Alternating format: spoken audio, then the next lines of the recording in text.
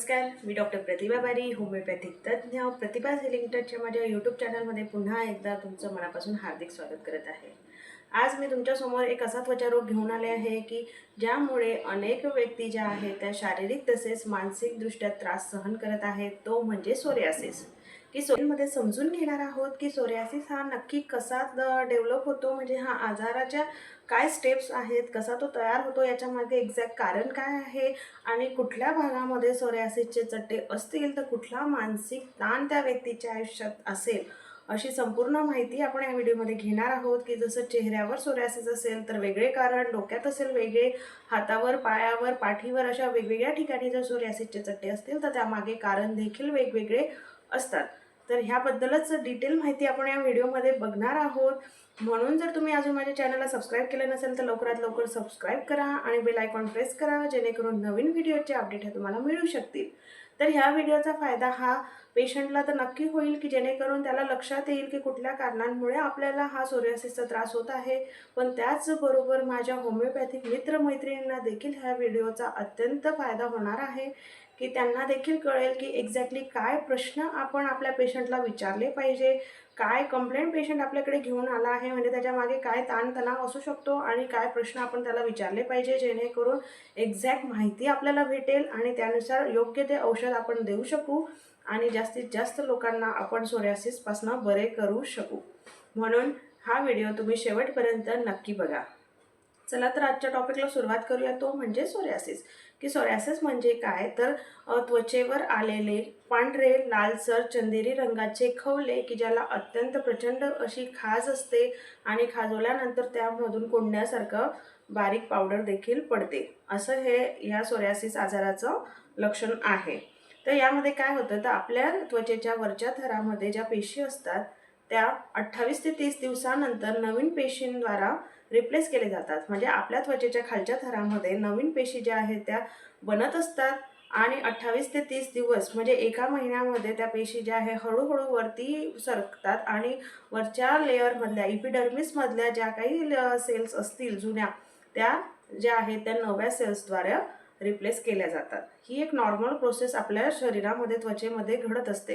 पण सोरियासिस नेमकं काय होतं तर सोरियासिस हा एक ऑटोइम्यून रोगप्रतिकार शक्तीशी संबंधित असा एक आजार आहे की ज्यामध्ये चुकीचे सिग्नल दिल्यामुळे आपल्या शरीरामध्ये आपल्याच पेशी ज्या आहेत त्या आपल्या शरीराच्या विरुद्ध काम करतात। जसे की इम्युन सिस्टीम जी आहे ती चुकीच्या प्रक्रियेने सक्रिय होते, विशेषतः ज्या टी लिम्फोसाइट्स असतात त्या सक्रिय होतात, त्यामुळे त्वचेच्या किरॅटिनोसाइट्सला खूप वेगाने वाढण्याचा संदेश भेटतो। हे टी लिम्फोसाइट वाढले की ते आपल्या त्वचेतील किरॅटिनोसाइट नावाच्या ज्या पेशी आहेत त्यांना वेगाने वाढण्याचा संदेश देतात आणि परिणामी त्वचेच्या पेशी फक्त 3 ते 5 दिवसात वरच्या थरापर्यंत पोहोचतात। की ज्या पेशींना पोहोचण्यासाठी 28 ते 30 दिवस घेण्याची गरज असते, ही नॉर्मल सायकल आहे, ती फक्त 3 ते 5 दिवसामध्ये कंप्लीट होते। की इतक्या वेगाने पेशी जर तयार झाल्यामुळे त्या व्यवस्थित परिपक्व होत नाहीत आणि त्वचेवर जाड, लालसर आणि चंदेरी खवले तयार करतात। लक्षात आलं असेल की सोरियासिस हा जो आहे तो इंटरनल आणि ऑटोइम्यून संबंधित रोगप्रतिकार शक्तीशी संबंधित असा आजार आहे।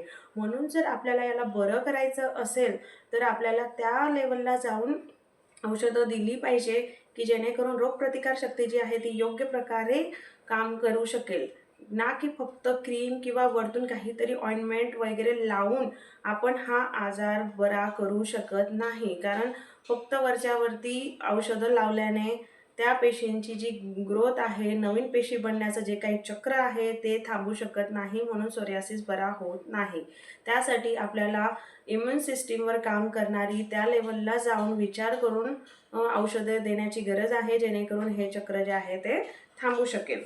तर यामध्ये सोरियासिसमध्ये लक्षणं काय असतात तर लालसर जाड चट्टे तयार होतात त्वचेवर, चंदेरी पांढरे खवले असतात, त्याला अत्यंत अशी खाज येते आणि त्वचा कोरडी पडणे, त्वचा फाटून रक्त येणे, जर जास्त प्रमाणात खाजवलं तर त्यातून रक्त येऊ शकते, नखांमध्ये खड्डे किंवा नख जाड होणे म्हणजे नखांवर देखील याचा परिणाम दिसून येतो। तसेच डोक्यातील कोंड्यांसारखे खवले की तिथे जर तुम्ही खाजवलं तर कोंड्यासारखं पावडर जी आहे ती त्या ह्या खवल्यांमधनं बाहेर पडत असते, अशी ही सोरियासिसची लक्षणे आहेत।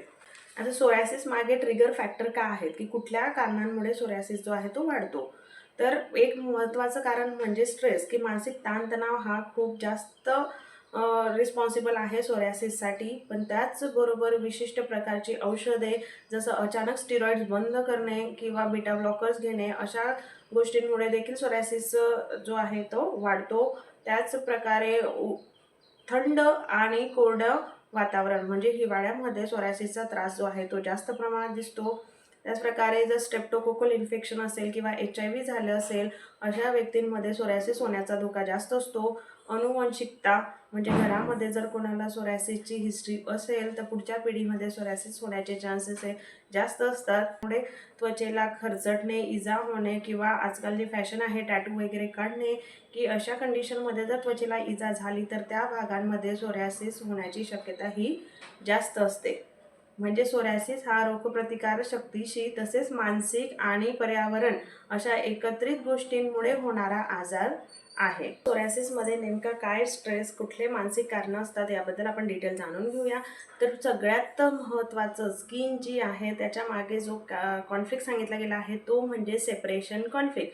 सेपरेशन म्हणजे काय, तर एखाद्या आवडत्या व्यक्तीपासून दूर जावे लागणे किंवा एखादी नको असलेली व्यक्ती, परिस्थिती किंवा गोष्ट जी आहे तिला आपल्याला दूर करायचं आहे पण ती आपण दूर करू शकत नाही हे कारण, आणि त्याचसोबत एखाद्या आवडत्या व्यक्तीला आपण हरवण्याची, दूर जाण्याची भीती, अशा 3 एकत्रित गोष्टींमुळे सेपरेशन कॉन्फ्लिक्ट ॲक्टिवेट होतो. म्हणजे वॉन्टिंग टू बी सेपरेटेड म्हणजे एखाद्या गोष्टीपासून सेपरेट व्हायचे पण होऊ शकत नाही. फिअर ऑफ सेपरेशन एखादा जवळची व्यक्ती दूर जाण्याची भीती वाटणं हे एक कारण आहे. आणि सेपरेशन कॉन्फ्लिक्ट की ॲक्च्युअली आपल्याला एखाद्या आवडत्या व्यक्तीपासून दूर व्हावं लागलं आहे अशा एखाद्या सिच्युएशन्समध्ये जर ती व्यक्ती असेल तर तेव्हा सोरायसिस होतो. पण सोरायसिस हा आजार जो आहे तो फक्त एका कॉन्फ्लिक्टमुळे होत नाही, तर जेव्हा 2 सेपरेशन कॉन्फ्लिक्ट हे व्यक्तीच्या आयुष्यात एका वेळी होतात, एकमेकांना ओव्हरलॅप करतात, तेव्हा सोरायसिस हा आजार होतो. म्हणजे कसं, तर जसं लहान मुलांमध्ये जर बघितलं तर जेव्हा ते जन्माला आले तेव्हा जर त्यांना काही त्रास असेल तर त्यांना आपण काचेच्या पेटीमध्ये ठेवतो, NICUमध्ये ठेवतो, की तेव्हा पहिल्यांदा त्याला आपल्या आईपासून दूर राहावं लागतं. तेव्हा त्याच्या आयुष्यामध्ये पहिल्यांदा सेपरेशन कॉन्फ्लिक्ट हा ॲक्टिवेट होतो. आणि त्याचसोबत जर ती त्याची आई वर्किंग वुमन असेल तर आयुष्यात पुढे एखादी वर्षानंतर 6 महिन्यानंतर जेव्हा ती आई पुन्हा कामाला जाते तेव्हा सेकंड टाईम त्या मुलाला आईपासून दुरावल्याची भावना निर्माण होते आणि तेव्हा त्या अशा मुलांमध्ये सोरायसिस हा डेव्हलप होऊ शकतो. म्हणजे 2 वेळा त्या व्यक्तीने आयुष्यात सेपरेशन कॉन्फ्लिक्ट हा अनुभवला आहे तेव्हाच सोरायसिस हा आजार तयार होतो. मोठ्या व्यक्तींमध्ये जर आपल्याला हे समजून घ्यायचं असेल तर एक म्हणजे की आपली जवळची व्यक्ती म्हणजे आपलं लाईफ पार्टनर त्याचं अचानक निधन झाल्यामुळे आयुष्यात पहिल्यांदा आलेलं सेपरेशन आणि त्यानंतर मोठ्या कष्टाने त्या व्यक्तीने आपल्या मुलांना मोठं केलं आहे आणि त्यानंतर ती मुलं मोठी झाल्यावर लग्न झाल्यानंतर वडिलांना किंवा आईला म्हणजे जी एकटी व्यक्ती असेल या कॉन्फ्लिक्टमध्ये तिला सोडून जेव्हा वेगळे राहायला जातात तेव्हा सेकंड टाईम जेव्हा ती व्यक्ती सेपरेशन फील करते, अशा प्रकारे जेव्हा 2 सेपरेशन त्या व्यक्तीच्या आयुष्यामध्ये एका वेळी येतात तेव्हा त्या व्यक्तीला सोरायसिसचा त्रास हा होऊ शकतो. म्हणजे 2 वेळा सेपरेशन जे आहे ती व्यक्ती आपल्या आयुष्यात सहन करते आणि ते जेव्हा ओव्हरलॅप होतात सेकंड टाईम जेव्हा ती गोष्ट घडते तेव्हा सोरायसिस हा आजार त्यांच्यामध्ये दिसून येऊ शकतो. चला तर आता शरीराच्या कुठल्या भागावर सोरायसिसचे चट्टे असले म्हणजे त्यामागे काय मानसिक संघर्ष आहे याबद्दल आपण जाणून घेणार आहोत. तर पहिलं ब्रॉडरित्या आपण बघूया की inner side of the body म्हणजे आतली बाजू शरीराची, की हातांची आतली बाजू, चेस्ट अशा भागांवर, मांड्या अशा भागांवर जर सोरायसिसचे चट्टे असतील तर त्यामागे काय कारण असतं, तर अनवॉन्टेड सेपरेशन म्हणजे नको असलेलं सेपरेशन, की जसं आपली जवळची व्यक्ती जी आहे ती आपल्यापासून दुरावली आहे, त्यामागे काहीही कारण असू शकतं, घटस्फोट असू शकतो किंवा काही कामानिमित्त आहे ती व्यक्ती आपल्यापासून दूर गेली आहे. अशी कुठलीही सिच्युएशन आपल्या लाईफमध्ये झाली असेल की जिथे आपल्याला हवी असलेली आवडतीची प्रेमळ व्यक्ती जी आहे ती आपल्यापासून दुरावली असेल तर शरीराच्या आतल्या भागामध्ये सोरायसिसचे चट्टे हे बघण्यात भेटतात. तर याला आपण समजून घेऊया की जसं आपल्याला एखादं बाळ, एखादी व्यक्ती आवडीची असते तेव्हा त्याला आपण कसं जवळ घेतो, तर आपण हात एकत्र करून मिठीमध्ये त्या व्यक्तीला जवळ घेत असतो. म्हणजे एखादी आवडीची व्यक्ती दूर जाणं हे त्याच्यासाठी सेपरेशन असतं. आणि असे सिच्युएशन जेव्हा होतात तेव्हा inner side of the body वर सोरायसिसचे चट्टे दिसतात. तसंच outer side of the body, outer side काय तर कोपरे, आपले गुडघे, घोटे हे जे आहे ते आपल्या शरीराचे आउटर साइड आहे, बॅक. तर याच्यावर सोरायसिसचे चट्टे कधी निर्माण होतात तर सेपरेशन कॉन्फ्लिक्ट, की जेव्हा आपल्याला एखादी सिच्युएशन, एखादी व्यक्ती, एखादी गोष्ट नकोशी आहे ती आपल्याला दूर करायची आहे, तेव्हा आपण काय करतो तर डिफेन्समध्ये असा हात करतो, म्हणजे कोपराने आपण ती व्यक्ती, ती सिच्युएशन, ती गोष्ट जी आहे ती बाहेर ढकलण्याचा प्रयत्न करत असतो. म्हणजे जेव्हा एखादी नको असलेली सिच्युएशन वारंवार आयुष्यात घडत आहे, आपल्याला त्याच्यापासून स्वतःची सुटका करून घ्यायची आहे, वॉन्ट टू बी सेपरेटेड, तिथे आपल्याला सेपरेशन पाहिजे आहे पण ते भेटत नाही आहे, तेव्हा outer side of the body म्हणजे शरीराच्या बाहेरील भागावर सोरायसिसचे चट्टे हे निर्माण होतात. आता यालाच आपण डिटेलमध्ये समजून घेऊया की प्रत्येक भागाच्या मागे काय कारण आहे. तर पहिलं म्हणजे स्काल्प सोरियासिस, की डोक्यावर जर सोरियासिसचे चट्टे आले असतील तर त्यामागे काय कारण आहे तर केअर्स कॉन्फ्लिक्ट. केअर्स म्हणजे काय, आपुलकीचा जिव्हाळ्याचा संघर्ष, की म्हणजे एखादी प्रेमळ जिव्हाळ्याची आपुलकीची जी आहे व्यक्ती ती दुरावली गेली आहे, किंवा जेव्हा मला प्रेमाची गरज होती तेव्हा मला प्रेम भेटले नाही, माझे प्रेमळ व्यक्ती जी आहे ती काही कारणास्तव माझ्यापासून दूर गेली आहे. अशा सिच्युएशन जेव्हा त्या व्यक्तीच्या आयुष्यात घडतात, स्पेशली जेव्हा लहान मुलांमध्ये, की लहान मुलांना आपण कसं प्रेम व्यक्त करतो तर त्यांच्या डोक्यावरून प्रेमाने हात फिरवून आपण आपलं प्रेम व्यक्त करत असतो, की जेव्हा हे प्रेम त्याच्या आयुष्यामध्ये त्याला भेटत नाही, मग ती लहान व्यक्ती असो किंवा मोठी असो, जेव्हा हे प्रेम आपुलकी त्याच्या आयुष्यात मिसिंग असते, प्रेम जिव्हाळा, तेव्हा डोक्यामध्ये सोरियासिसचे चट्टे जे आहे ते निर्माण व्हायला सुरुवात होते. दुसरं म्हणजे फेस सोरियासिस, म्हणजे चेहऱ्यावर जर सोरियासिसचे चट्टे असतील तर त्यामागे काय कॉन्फ्लिक्ट आहे तर आयडेंटिटी कॉन्फ्लिक्ट, की आपला चेहरा काय आहे तर ही आपली एक आयडेंटिटी आहे, आपली प्रतिमा आहे. चेहरा ही आपली ओळख आहे, व्यक्तिमत्व, सामाजिक प्रतिमा आणि स्वीकार यांचे प्रतीक मानले जाते, की आपला चेहरा काय आहे तर आपलं व्यक्तिमत्व आहे, आपली ओळख आहे. स्वतःची ओळख हरवल्यासारखं वाटणं, किंवा समाज, कुटुंब किंवा कामाच्या ठिकाणी स्वतःची प्रतिमा खराब झाल्याची भावना, म्हणजे कुठली तरी सिच्युएशन अशी घडली आहे की ज्याच्यामुळे आपली आयडेंटिटी खराब झाली आहे, आपली ओळख खराब झाली आहे. अशा सिच्युएशन जर त्या आयुष्यात असतील त्या व्यक्तीच्या तर त्याला चेहऱ्याचा सोरियासिस होतो. स्वतःच्या दिसण्याबद्दल लाज, संकोच किंवा असुरक्षितता, बऱ्याच व्यक्तींना आपल्या दिसण्याबद्दल न्यूनगंड असतो, त्याबद्दल त्यांना नाराजी असते, त्यामुळे देखील स्किनचे डिसीजेस त्यांच्यामध्ये होऊ शकतात. लोक माझ्याकडे कसे बघतील, की लोक माझ्याकडे कुठल्या नजरेने पाहत आहे, त्यांनी आपल्याला चांगलंच म्हटलं पाहिजे, असं लोकांबद्दल जास्त विचार करणे, अशा बाबतीत स्वतःच्या दिसण्याबद्दल संकोच वाटणे, ह्या गोष्टी जर आयुष्यात घडत असतील तर चेहऱ्याचा सोरियासिस हा दिसून येतो. आता एल्बो म्हणजे कोपऱ्यावर जर सोरियासिसचे चट्टे असतील तर त्यामागे काय कारण आहे तर कोपरा हा लवचिकता, दिशा बदलणे, तडजोड करणे आणि इतरांशी जुळवून घेणे याचे प्रतीक मानलं जातो. म्हणून स्टबननेस कॉन्फ्लिक्ट, हट्टीपणा, मी माझा निर्णय बदलणार नाही, असा जर त्या व्यक्तीमध्ये हट्टीपणा असेल, की नमतं घ्यायचं नाही, सिच्युएशननुसार सावरून घ्यायचं नाही आहे, तेव्हा स्टबननेसमुळे कॉन्फ्लिक्ट ॲक्टिवेट होतो. फ्लेक्झिबिलिटी कॉन्फ्लिक्ट, परिस्थितीनुसार बदल करणे कठीण वाटणे, की मी ह्या परिस्थितीनुसार स्वतःला बदलवू शकत नाही आहे. रेजिस्टन्स प्रोटेक्शन कॉन्फ्लिक्ट, स्वतःभोवती भावनिक संरक्षणाचे कवच तयार करण्याची भावना. जसं मी थोड्या वेळा आधी बोलले की एखादी गोष्ट आपल्याला नको असेल तर ती आपण काय करतो तर आपल्या कोपराने, एल्बोने ती दूर ढकलण्याचा प्रयत्न करतो, म्हणजे ते एक आपल्यासाठी एक रेजिस्टन्स आहे की माझ्याजवळ येऊ नको किंवा ही गोष्ट मला नको आहे. त्याच प्रकारे प्रोटेक्शन म्हणून देखील ते आपण करत असतो. सेपरेशन कॉन्फ्लिक्ट, ज्या व्यक्तीशी संपर्क हवा होता तिच्यापासून दूर झाल्याची भावना, की सेपरेशन कॉन्फ्लिक्ट दोघं प्रकारे आपण फील करत असतो. एक म्हणजे हवी असलेली व्यक्ती दूर जाणे हे एक कॉन्फ्लिक्ट, आणि दुसरं म्हणजे नको असलेली व्यक्ती आयुष्यात आहे त्याच्यापासून आपल्याला दुरावा पाहिजे आहे, सिच्युएशन, व्यक्ती काहीही असो पण ती होत नाही आहे. अशा दोघं सिच्युएशन्समध्ये जे आहेत सेपरेशन कॉन्फ्लिक्ट ॲक्टिवेट होऊन स्किन डिसीजेस हे निर्माण होतात. हातांची बोटे, हातांची बोटे काय दाखवतात तर पकड, कौशल्य, स्पर्श, क्षमता, सूक्ष्म नातेसंबंध यांचे ते प्रतीक मानले जातात. म्हणून सेपरेशन वाटले, ज्या व्यक्तीचा स्पर्श हवा होता तो न मिळणे किंवा प्रिय व्यक्तीपासून दुरावा सहन करावा लागणार, तेव्हा हाताच्या बोटांवर सोरियासिस हा दिसून येतो. डेक्स्ट्रेटरी कॉन्फ्लिक्ट म्हणजे कौशल्याचा संघर्ष, की माझ्या हातून हे काम व्यवस्थित प्रकारे होत नाहीये किंवा मी हे काम करण्यासाठी सक्षम नाहीये अशी भावना निर्माण होणे. तसेच आयडेंटिटी इन वर्क, कामातील ओळखीचा संघर्ष, की आपल्या कामगिरीबद्दल किंवा कौशल्याबद्दल असुरक्षितता वाटणे, की आपलं काम जे आहे ते परफेक्ट झालं पाहिजे, सगळ्यांनी त्याचं कौतुक केलं गेलं पाहिजे, ते व्यवस्थित झालं पाहिजे, तिथे एक आपली आयडेंटिटी निर्माण झाली पाहिजे. पण जेव्हा ह्या गोष्टी होत नाही तेव्हा सेपरेशन कॉन्फ्लिक्ट ॲक्टिवेट होऊन बोटांचे सोरियासिस दिसतात. तर आता प्रत्येक बोटानुसार काय कारण आहे, तर अंगठा, इच्छाशक्ती, निर्णय क्षमता, की आपले काय निर्णय क्षमता आणि इच्छाशक्ती याचं हा प्रतीक आहे. तर्जनी म्हणजे अधिकार, दिशा आणि आत्मविश्वास, आपला आत्मविश्वास आणि दिशा दाखवायचं काम जे आहे ते तर्जनी करते. मधले बोट हे जबाबदारी, नियम आणि न्याय याला दर्शवते. अनामिका म्हणजे नातेसंबंध आणि बांधिलकी.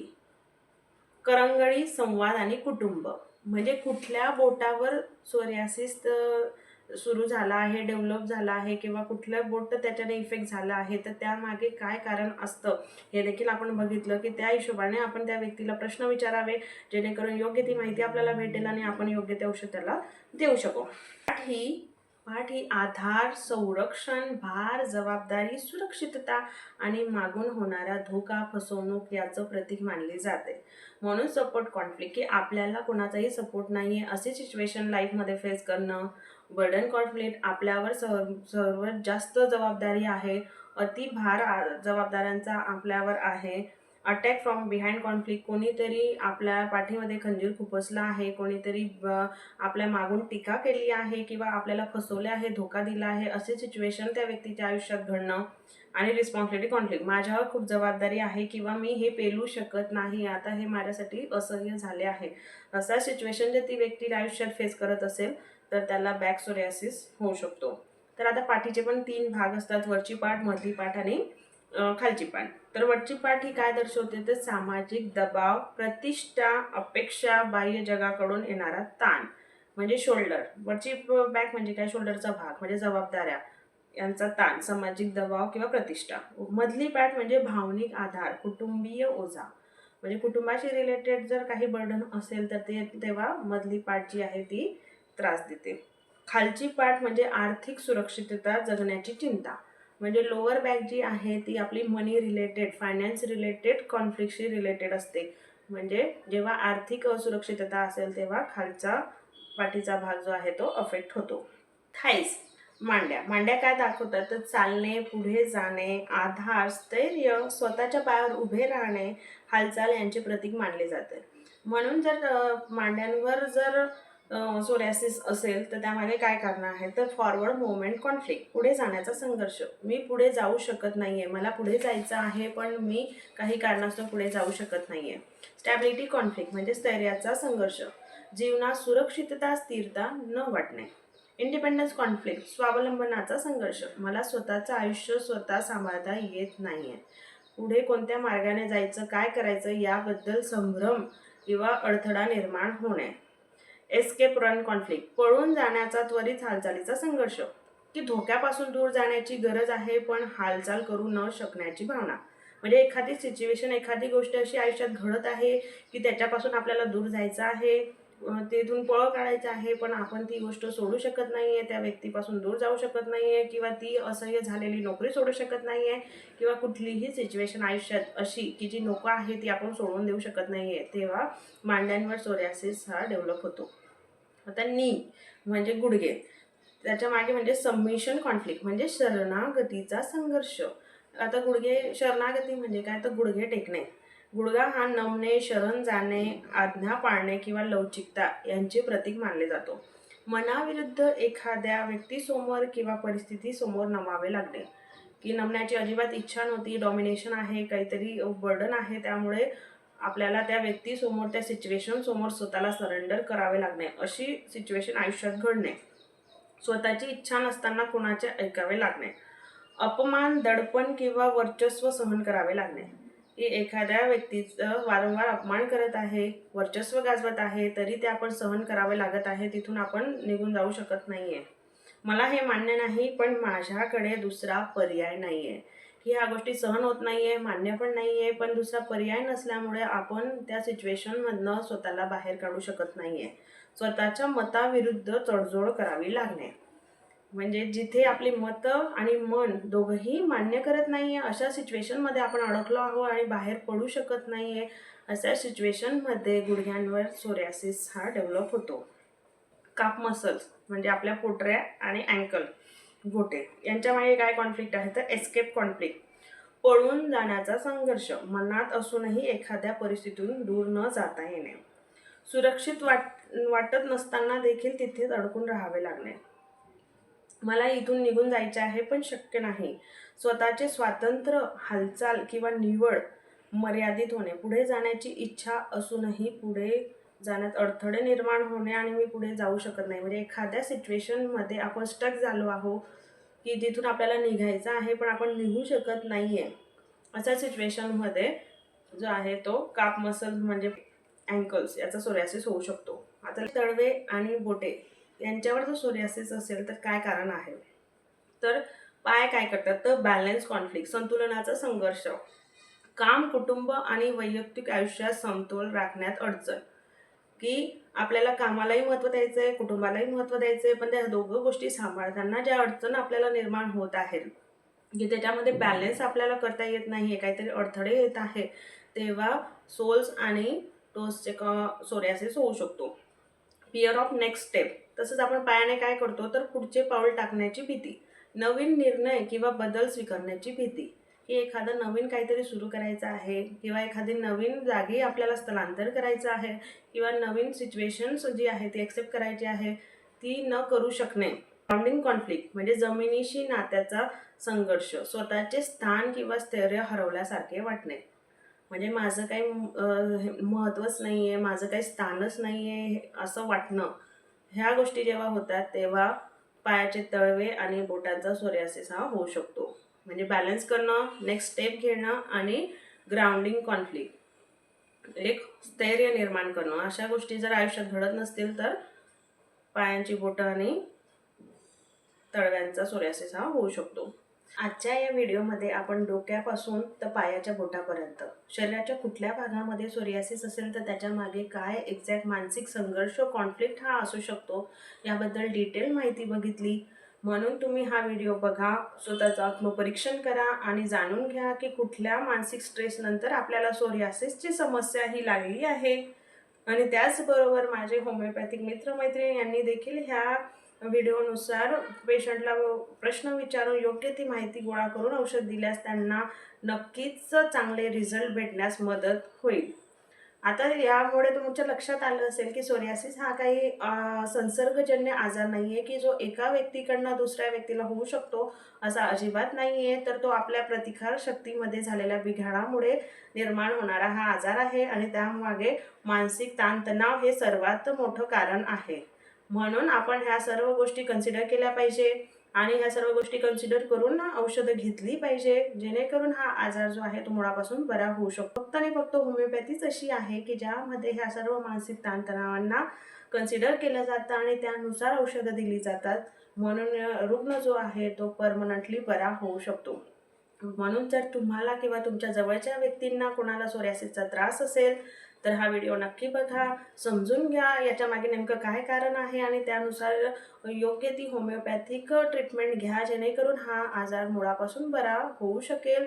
फक्त बाहेरून औषधं लावून, क्रीम वापरून, ऑइंटमेंट वापरून हा आजार बरा होऊ शकत नाही. आपल्याला ती जी सेल्स पटापट बनण्याची प्रक्रिया आहे, ऑटोइम्युन डिसीज आहे की आपल्याच पेशी आपल्याच विरुद्ध काम करत आहे, ती जी आहे ती करेक्ट करण्याची गरज आहे आणि जेव्हा ती प्रोसेस करेक्ट होईल तेव्हाच हा आजार मुळापासून बरा होऊ शकेल.